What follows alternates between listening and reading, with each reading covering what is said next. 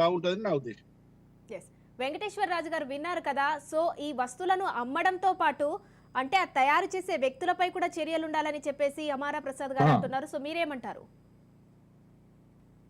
అమ్మ ఇది 2018లో ఒకసారి, 2019లో ఒకసారి, 2022లో ఒకసారి అమెజాన్ కూడా ఇటువంటి కార్యక్రమాలు చేశాయి. ఈ కమోడిటీస్ మీద అంటే టాయిలెట్ కమోడిటీస్ మీద, తర్వాత చెప్పుల మీద, తర్వాత లోదుస్తుల మీద, బనియన్ల మీద, తర్వాత అన్ని అత్యంత దారుణంగా మన విష్ణుమూర్తిని, మన యొక్క గణేశుడిని, తర్వాత అనేక రకాలైన ఏదైతే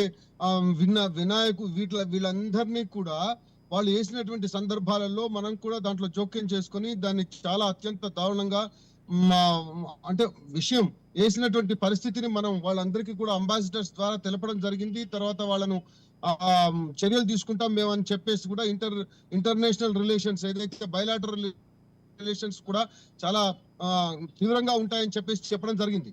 నిజంగా ఒక విషయం మనం ఆలోచిస్తే ఇదే హిందువుల యొక్క దేవీ దేవతల బొమ్మల విధంగా వేస్తున్నారు వాళ్ళు. అదే వేరే వాళ్ళు వేస్తే, వేరే మతాల వాళ్ళకి వేస్తే ఎట్లా ఉంటుందో మనం ఒకసారి దాన్ని కనుక చరిత్ర తరచి చూస్తే ఇవాళ డెన్మార్క్ లో ఎక్కడో మహమ్మద్ ప్రవక్త మీద కొంచెం అంత ఏది కార్టూన్ వేస్తే మొత్తం ప్రపంచం మొత్తం వాళ్ళ కల్లోలమైంది. వాళ్ళు అనేక మంది చాలా మందిని చంపారు. కొన్ని దేశాలలో కొంతమంది అలజడులు లేపారు. చాలా దారుణమైనటువంటి పరిస్థితి తీసుకొచ్చారు. అదే విధంగా సల్మాన్ రిజ్దీ అతను రాసినటువంటి ఏదైతే షటానిక్ వర్సెస్ అనేటువంటి గ్రంథం రాస్తే అతని తలకు 10 లక్షల రూపాయలు, 10 లక్షల డాలర్లు పెట్టారు, ఫత్వా జారీ చేశారు.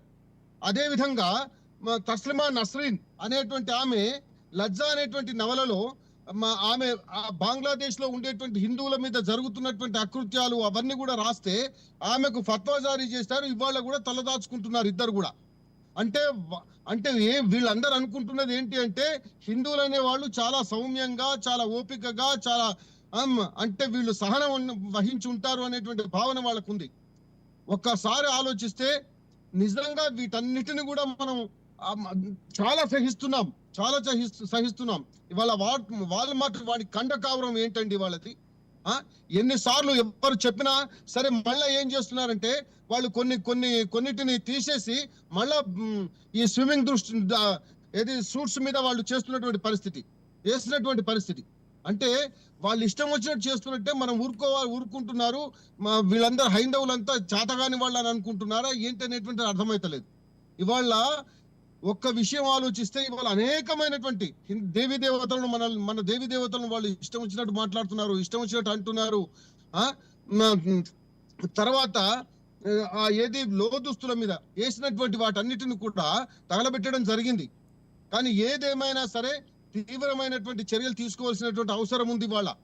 ఇవాళ ఏంటి హిందూ మతమే మనకు అందరికీ కనపడుతున్నటువంటిది. వీళ్ళని విచ్ఛిన్నం చేయాలి, వీళ్ళను ఎట్టి పరిస్థితుల్లో అంటే ఏంటంటే హిందూ మతం అనేటువంటిది లేకుండా చేయాలనేటువంటి పరిస్థితి కూడా చాలా మంది ఆలోచిస్తున్నారు. ఇవాళ మన దేశంలోనే ఉంటూ, మన దేశం, మన తిండి తింటూ, మన గాలి పీలుస్తూ, మన భారత మాత పైన పెరుగుతూ కొందరు కొడుకులు నిజంగా చెప్తున్న బాధ అనిపిస్తుంది. వాళ్ళు మన దేశం మీద చేస్తున్నటువంటి అకృత్యాలు ఏవైతే ఉన్నాయో ఇతర మతస్థులకు మనకు ఎంత తేడా ఉందో వాళ్ళకు గ్రహించకుండా ఇవాళ మన దేవీ దేవతల మీద ఇష్టం వచ్చినట్టు అంటున్నారు. ఇవాళ ఇష్టం వచ్చినట్టు చేస్తున్నారు. ఇవాళ ఏ ధైర్యం చూస్తున్నారు వాళ్ళు ఇవాళ ఈ విధమైనటువంటి చేస్తున్నారు ఇవాళ. రాజుగారు అలాగే వ్యాపారవేత్త పాల్వాయి శ్రీనివాస్ గారు ఉన్నారు, ఆయనతో